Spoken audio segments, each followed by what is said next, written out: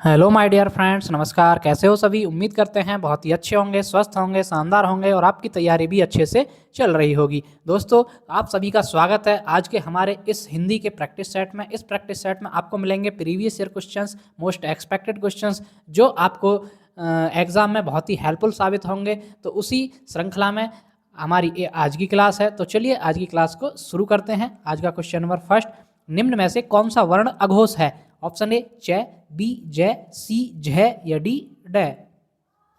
देखिए, इनमें से आपसे पूछा है कि कौन सा वर्ण अघोष है। अघोष वर्ण पूछा है। तो अघोष वर्ण कौन से होते हैं भाई? जो कैचा टैता पे आपके 5 वर्ग होते हैं, उनका पहला और दूसरा वर्ण जो होता है, पहला और दूसरा नंबर का वर्ण जो होते हैं वो आपके अघोष होते हैं। ठीक है फ्रेंड्स। तो अब देखिए इनमें से पहले दूसरे पर कौन है। तो देखिए ऑप्शन नंबर ए में च जो है ये च वर्ग का है, तो पहला ही वर्ण है, और तो ये आपका अघोष हो जाएगा। ऑप्शन आपका यहाँ पर बिल्कुल ए राइट हो गया। चलिए नेक्स्ट बढ़ते हैं। क्वेश्चन नंबर 2, वर्णों के समुदाय को क्या कहते हैं? अब देखिए भाई, वर्णों के समुदाय जो होता है एक तरह से उसको क्या कहा जाता है? ऑप्शन ए वर्णमाला, बी सर्वनाम, सी अक्षर या डी क्रिया। तो वर्णों के समुदाय को कहा जाता है, वो कहा जाता है आपका वर्णमाला। क्या कहा जाता है फ्रेंड्स? वर्णमाला। देखिए आपके स्वर और व्यंजन जो होते हैं ये सभी मिलकर के आपके एक वर्णमाला बनाते हैं। तो इन स्वर वर्णों का जो समुदाय होता है ये आपका वर्णमाला कहा जाता है। ऑप्शन ए राइट है यहाँ पर। चलिए नेक्स्ट क्वेश्चन नंबर 3, सही वर्तनी वाले शब्द का चयन करें। ऑप्शन ए वीनती, बी विनती, सी वीनती या डी वीनती। तो देखिए यहाँ पर आपसे विनती जो शब्द होता है उसकी वर्तनी पूछी है, तो उसकी वर्तनी होती है ऑप्शन नंबर बी जो है ये बिल्कुल सही वर्तनी लिखी हुई है, विनती। ठीक है फ्रेंड्स, यहाँ पर बिल्कुल ये सही जवाब है ऑप्शन नंबर बी।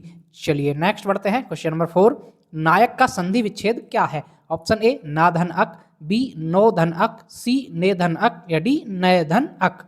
तो देखिए नायक जो है, नायक का संधि विच्छेद होगा वो होगा आपका ऑप्शन नंबर डी नय धन अक। नय पे दो मात्रा प्लस अक, ये मिलकर के आपका नायक बनता है। ठीक है फ्रेंड्स, आपको कमेंट में बताना है कि इस नायक में नय धन अक में कौन सी संधि होगी। ठीक है, ये तो इसका संधि विच्छेद है, आपको संधि बताना है कि कौन सी संधि होगी इसमें, कमेंट करके बताएंगे सभी।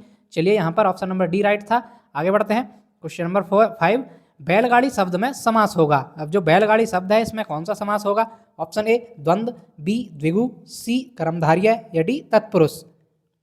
तो देखिए बैलगाड़ी शब्द जो है इसको तोड़िए, बैलगाड़ी, बैल के लिए गाड़ी है ना, तो ये इसमें आपका क्या बोध हुआ? आपका कारक चिन्ह का बोध हुआ। जहां आपका कारक चिन्ह का बोध होता है वहां कौन सा समास होता है? वहां होता है आपका तत्पुरुष समास। ठीक है फ्रेंड्स, यहाँ पर आपका ऑप्शन नंबर डी तत्पुरुष समास बिल्कुल सही जवाब हो जाएगा। चलिए नेक्स्ट क्वेश्चन नंबर 6, निम्न में से तत्सम शब्द का चयन कीजिए। ऑप्शन ए तीखा, बी अटारी, सी निकृष्ट या डी गहरा। अब इसमें से तत्सम शब्द कौन सा होगा? देखिए तत्सम शब्द है यहाँ पर ऑप्शन नंबर सी निकृष्ट। जो निकृष्ट है यहाँ पर ये बिल्कुल तत्सम शब्द लिखा हुआ है, ये बिल्कुल सही है। ऑप्शन आपका यहाँ पर बिल्कुल सी राइट है। चलिए आगे बढ़ेंगे। क्वेश्चन नंबर 7, पोषक का उपयुक्त विलोम शब्द क्या होगा? ऑप्शन ए चूषण, बी अनपोषक, सी शोषक या डी छीणकारी। तो देखिए पोषक शब्द जो है इसका उपयुक्त विलोम पूछा आपसे, तो पोषक मतलब किसी चीज को पोषित करने वाला, उसको पालने पोषने वाला, तो उसका हो जाएगा शोषक, किसी चीज का शोषण करना है उसका। तो ये आपका ऑप्शन नंबर सी बिल्कुल सही जवाब होगा। चलिए नेक्स्ट बढ़ते हैं। क्वेश्चन नंबर 8, आहूत का विलोम शब्द होगा। ऑप्शन ए हूत, बी अनहूत, सी अपहूत या डी अनाहूत। तो देखिए आहूत जो है इसका विलोम होगा वो होगा आपका ऑप्शन नंबर डी अनाहूत। क्या होगा भाई? अनाहूत। ठीक है फ्रेंड्स, चलिए ऑप्शन नंबर डी यहाँ पर बिल्कुल राइट है। आगे बढ़ेंगे। क्वेश्चन नंबर 9, कोयल का सही पर्यायवाची है। ऑप्शन ए पिक, बी काक, सी सारंग या डी उरग। तो देखिए कोयल का जो पर्यायवाची है वो है आपका ऑप्शन नंबर ए पिक। जो पिक शब्द है ये कोयल का बिल्कुल यहाँ सही पर्यायवाची है। यहाँ पर आपका जवाब होता है ऑप्शन नंबर ए बिल्कुल सही। चलिए क्वेश्चन नंबर 10, जो कड़वा बोलता है उसे निम्न में से क्या कहते हैं? ऑप्शन ए कठोर भाषी, बी कर्कश भाषी, सी कलरव भाषी या डी कटु भाषी। तो देखिए जो कड़वा बोलता है उसे क्या कहा जाएगा भाई? जो कड़वा बोलता है उसे कटुभाषी, मतलब कड़वा बोलने वाला, कटुभाषी। ऑप्शन आपका यहाँ पर बिल्कुल डी राइट हो जाएगा। क्या हो जाएगा भाई? डी राइट हो जाएगा। चलिए नेक्स्ट बढ़ते हैं। क्वेश्चन नंबर 11, इनमें से कौन सा शब्द ताल शब्द का अर्थ नहीं है? ऑप्शन ए ताड़ का वृक्ष, बी झील, सी संगीत का ताल या डी चाबी। अब देखिए आपसे पूछा जो ताल शब्द है इसका अर्थ कौन सा नहीं है, तो इसका अर्थ आप सभी कमेंट में बताएंगे ढूंढ करके इसका अर्थ क्या होगा। ठीक है फ्रेंड्स, आप सभी कमेंट में बताएंगे। इस क्वेश्चन को मैं आंसर को क्वेश्चन मार्क छोड़ रहा हूँ, ये सभी बताएंगे कमेंट में। चलिए आगे बढ़ेंगे। क्वेश्चन नंबर 12, अजीर शब्द का अर्थ है? ऑप्शन ए युवा, बी आंगन, सी वार्धक्य या डी जरावस्था। तो देखिए अजीर शब्द जो है इसका अर्थ हो जाएगा वो होगा आपका ऑप्शन नंबर बी आंगन। क्या हो जाएगा भाई? अजीर का जो क्या होगा, अजीर शब्द का अर्थ होगा वो होगा आंगन। ठीक है फ्रेंड्स, ऑप्शन आपका यहाँ पर बिल्कुल बी राइट हो जाएगा। चलिए नेक्स्ट बढ़ेंगे। क्वेश्चन नंबर 13, शहद लगाकर चाटना मुहावरे का अर्थ होगा? ऑप्शन ए कीमती होना, बी पसंदीदा होना, सी बढ़ा चढ़ाकर कहना या डी किसी चीज को व्यर्थ लेकर बैठे रहना। तो देखिए शहद लगाकर चाटना, इसका जो मुहावरे का सही अर्थ होगा वो होगा किसी चीज को व्यर्थ लेकर बैठना। किसी चीज को व्यर्थ ही लेकर बैठ रहे हैं वो शहद लगाकर चाटना, उसका अर्थ हो जाएगा। ऑप्शन आपका यहाँ पर बिल्कुल डी राइट है। ठीक है फ्रेंड्स, चलिए आगे बढ़ेंगे। क्वेश्चन नंबर 14, घर, पहाड़ और नदी किस संज्ञा के भेद के अंतर्गत आते हैं? ऑप्शन ए द्रव्यवाचक संज्ञा, बी जातिवाचक संज्ञा, सी भाववाचक संज्ञा या डी गुणवाचक संज्ञा। अब देखिए घर है, पहाड़ हो गया, नदी हो गई, ये किसी एक स्पेसिफिक चीज़ के लिए तो दर्शा नहीं रहे। अब भाई घर है, बहुत सारे घर किसी का भी हो सकता है, ये घर भी वो घर भी। पहाड़ है, पहाड़ बहुत हैं, हिमालय पर्वत है, सतपुड़ा है, अरावली है, एंडीज है, जो भी हैं। नदियाँ भी बहुत सारी हैं, तो ये किसी एक पर्टिकुलर चीज़ को नहीं दर्शा रही, ये पूरी उस जाति को रिप्रेजेंट कर रहे हैं, जाति को दर्शा रहे हैं, तो ये आपका जातिवाचक संज्ञा हो जाएगा। ठीक है फ्रेंड्स, ऑप्शन आपका यहाँ पर बिल्कुल बी राइट होगा। चलिए नेक्स्ट बढ़ेंगे। क्वेश्चन नंबर 15, निम्न शब्दों में पुल्लिंग का चयन कीजिए। ऑप्शन ए हवा, बी कोयल, सी दारा या डी शिक्षा। अब देखिए आपसे पुल्लिंग शब्द पूछा है, तो पुल्लिंग शब्द इसमें कौन सा है? वो है आपका ऑप्शन नंबर सी दारा। जो शब्द है ये यहाँ पर ये पुल्लिंग शब्द है, जबकि हवा, कोयल और शिक्षा ये सभी स्त्रीलिंग हैं। आप इनका वाक्य प्रयोग करके देख लीजिए, आपको जो पता लगेगा वो आपको लगेगा जैसे ही हवा है, हवा बह रही है। अब हवा बह रहा है तो नहीं बोलते, हवा बह रही है तो वहाँ स्त्रीलिंग का बोध हुआ। कोयल, कोयल चहचहा रही है या कोयल कूक रही है ना। कोयल बैठी है, कोयल खा रही है, दाना खा रही है, तो स्त्रीलिंग का बोध हुआ ना।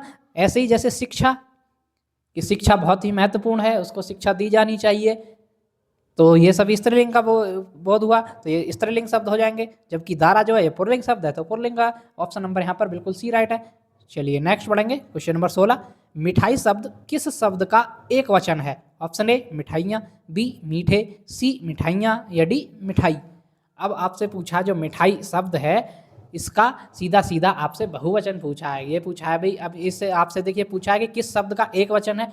ये भाई जिस शब्द का एक वचन है तो इसका बहुवचन होगा, तो ये आपसे बहुवचन ही पूछा है एक तरह से। तो ये है आपका ऑप्शन नंबर सी मिठाइयाँ। ठीक है फ्रेंड्स, ये आपका मिठाइयाँ। देखिए ये जो आपका जो भी बहुवचन आते हैं इसमें जो ये मात्रा ई की ई जो होती है, ये इसमें बड़ी ई नहीं लगती है, छोटी ई आती है यहाँ पर, तब यह बहुवचन में होता है। ठीक है फ्रेंड्स, चलिए आगे बढ़ेंगे। क्वेश्चन नंबर 17, मेरी गोद में बिल्ली है, इस वाक्य में कौन सा कारक है? ऑप्शन ए अपादान कारक, बी कर्म कारक, सी संप्रदान कारक या डी अधिकरण कारक।